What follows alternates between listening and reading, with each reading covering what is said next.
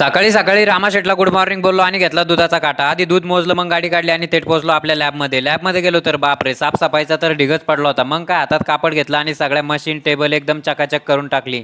कारण आपली लॅब म्हणजेच आपलं मंदिर. त्यानंतर देवासमोर अगरबत्ती लावली. देवाकडे पैशाची, गाडीची किंवा परिस्थितीची मागणी नाही केली.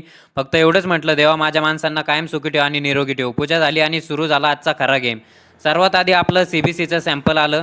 ते झालं की लगेच एका आजीची शुगर टेस्ट आली. तेवढ्यात LFT टेस्टी आली. एक संपत नाही तोपर्यंत दुसरं काम तयार.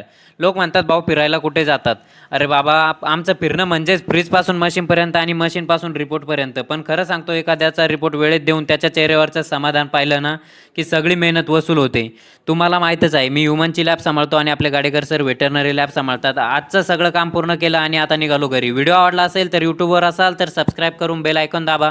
इंस्टाग्रामवर बघत असाल तर फॉलो नक्की करा. मी आहे तुमचा लाडका पिल्या. भेटूया उद्याच्या नवीन मिनी ब्लॉगमध्ये. तोपर्यंत काळजी घ्या आणि हसत राहा.